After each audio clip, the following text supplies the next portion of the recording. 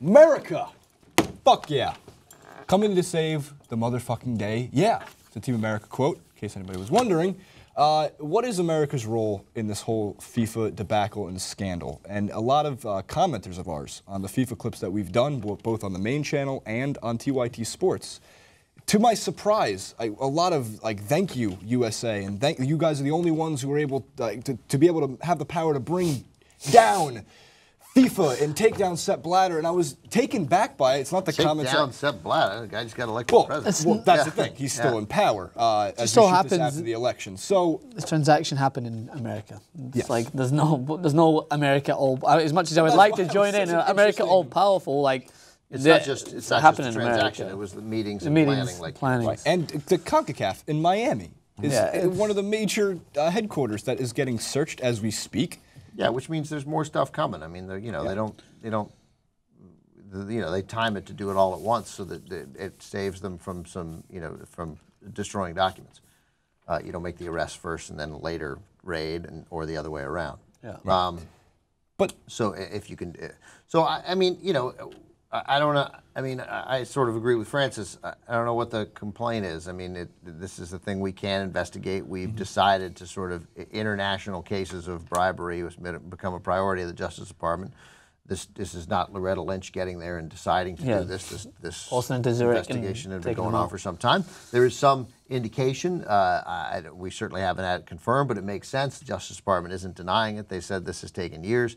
After the U.S. did not get the 2022 World Cup, right, which was that was supposed to be in 2010, that there was a sense among the U.S. delegation that the process was not open and above board, and that may have kicked off the investigation. There's nothing wrong with that. That was an indication that there was maybe something to investigate. So they did, and it's led to this.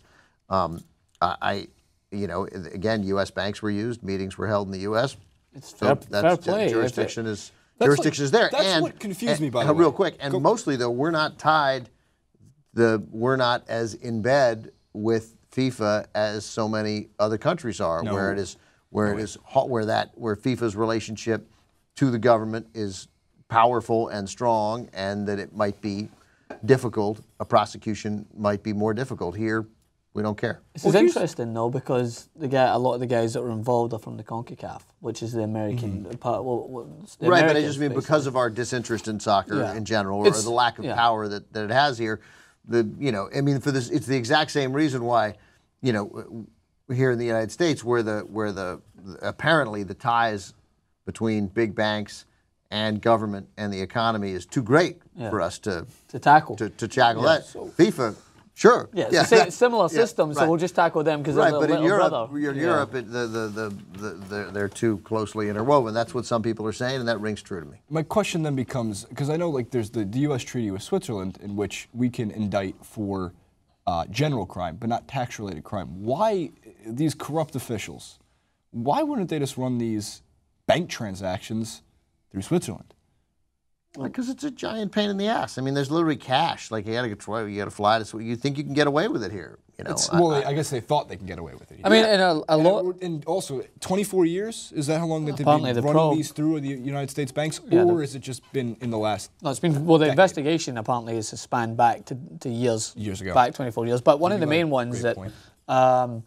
One of the main ones to talk about is the fact that it's a lot of the allegations in the U.S. Department of Justice case is about the 2016 Copa America as well, which is in America. For the first time in the history, it's the 100th anniversary of the Copa America, so another reason why the United States are going to be involved. So it's all the Americas apart from... Yeah, so it's like... No, CONCACAF don't play in it. It's South American teams, so Mexico playing it. United States does not play in it. Argentina. Brazil, yeah, so... The United States does not play in it? No, they don't play in that historically. It's more of a... It's for Latin American Even countries. though it's here, they won't play in it? Yeah, well, I think they'll play in it here if it's in the 100th anniversary of it. But in that case, a lot of it was to do with the sports marketing. So many people will look to America for that because a lot of the bribes were about sports marketing for that competition in the United States. Nike has been alleged amongst many other companies. Yeah. So more allegations have come out. I can bring up one right now that I wanted to talk about, which is one that I am not surprised. I'm not being surprised that much of everything else, but 2002 World Cup, the Italians now are getting in on this and saying that they have reports that claim that in 2002, the referees were bribed. And if you look at this game, which game? That was in South Korea and Japan. That's where South Korea went to the semis. They went to the semi-finals. So specifically looking at the game against Italy and the game against Spain, there was many horrendous calls, right? And that's not enough for me to be like, you know what? I remember that happens. That seemed. But they add some substance to the case because they allege that the man who was in charge of assigning referees for those games was Jack Warner, the man who is also is the one who's in jail now for the South African. This is one of the problems with corruption, because I doubt that everything Jack Warner did, he did for money. Like, you know, he had a job and he did it, and apparently, if you're to believe prosecutors here, when there was an opportunity to make money, he did. Yep. It does not in any, just the fact that Jack Warner did it does not in any way mean that he took money. We'd have to show that there was, that he took money to assign those referees. But when you are corrupt, everything you do falls under scrutiny, and you lose all credibility. So it's going to be hard for Jack Warner to stand up and go, how dare you? Yeah, exactly. He's made his own bed, and now he has to line it. And so is FIFA. And I would be like, you know what? Like, they're all just stories. Every single story I'm gathering, I'm like, okay, this is great. We could use this against Sepp Blatter. Now we could use this against Sepp Blatter and build this massive case and have every World Cup that he's been in charge of investigated until we find something in there. Get him the way Al Capone was caught. Get him for some form of tax evasion and just get him the fuck out. That's what we want to do. So if cases like this, ultimately, I'd be like, okay, it doesn't hold enough substance, but find it. We talked about UEFA yesterday. Yeah. And there was talk from Michel Platini. I got Michael it right Platini. Michael Platini. That UEFA wouldn't stand for it if he was reelected. Well, he's been reelected. So now the ball is very much on their side of the pitch. And don't pretend you're not impressed. I'm very. So what's next? What do you think they'll do? So there's been a few pundits. I read a bunch of research today. Gary Neville, a well-respected pundit, has taken an approach that me and Jason talked about off camera we didn't agree with, which is trying to get the players to boycott this situation. But I don't believe that we should punish the fans any more so than what they will already be punished. I mean, they're already talking about going to Qatar in 2022 for a World Cup. It's not so much leave them out punishing the fans. Don't victimize the players. Yeah. Like, the worst thing I can see coming of this is that, like, well, of course, for the fans, that's a major reason. It is a religion, as you have mentioned, in other countries. Not here, but in other countries. But the idea of taking players off the pitch. What the next big UEFA event, so the next big FIFA, a week from tomorrow. The Champions League final. Champions League final. In Berlin? In Berlin. The FIFA executives don't get seats, though. Platini hit them really where it hurts. He would throw their seats that they would usually have. So do you think Blatter will go? Well, he's not allowed to. He's not giving them the seats. Somebody will give him the seat.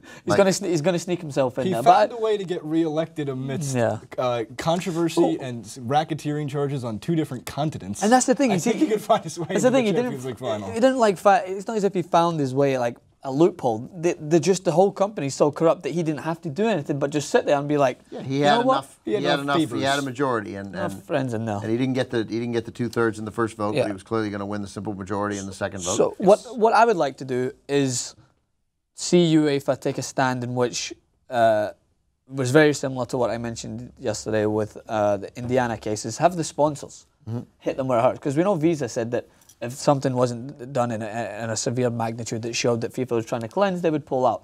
Something like that would be good. I think the UEFA have a big enough impact, of course, on world football in potentially saying that we will not compete in the World Cup. Yeah, I think that's a big statement. Yeah, that gets you in a bind, and there's no reason to do that right now. Yeah, there's no reason, but if they have that in their arsenal. 3 years out. Getting the sponsors to take a stand is interesting because, of course, it was the sponsors who paid a lot of these bribes in the first place. Exactly. So, Visa, Visa is not accused, right? But Visa could be like, what are you talking about? We just paid $2.5 million to get it. Now we're going to back. Now we have to take it back. But that is, of course, an interesting tack to take. And at some point, you have to impress upon the African coalition and the Asian coalition that, hey, this is bigger than Sepp Blatter. Yeah. And when he goes, you'll still be here. We'll still have an organization. This is, he's going to retire. He's about to start his final term. It's 2015. he's gone in 2020 no matter what. If we can stand to have him gone in 2020, we can stand to have him gone in 2015. Exactly. We'll survive without him. Nothing's going to happen to you guys. We're not going to be punitive. But so I suspect that point can be made. It could not be made this quickly to these guys. But what is that? What is the last point? What does those four years give people when he's still in charge? It gives them time to tie up all the ends that maybe be loose and to basically cover their own ass before he leaves, so that when he leaves, it's not he really takes them with him. before he leaves. It's going to be before he dies. He's 79 years old, and his people lived. I mean, to that age. Alex Ferguson is he's not going to die. Fingers crossed. Wouldn't that be something? Yeah. So there you have it. Leave all your thoughts in the comments section below. Do you think Ben Mankiewicz should be president of FIFA? Would you do it? I would vote for him at this point. I would vote for you, Ben. Look, here's what I would do. I would hire competent people who knew what they were doing. I'm certain of that. What a platform. What a way to end it. There you go.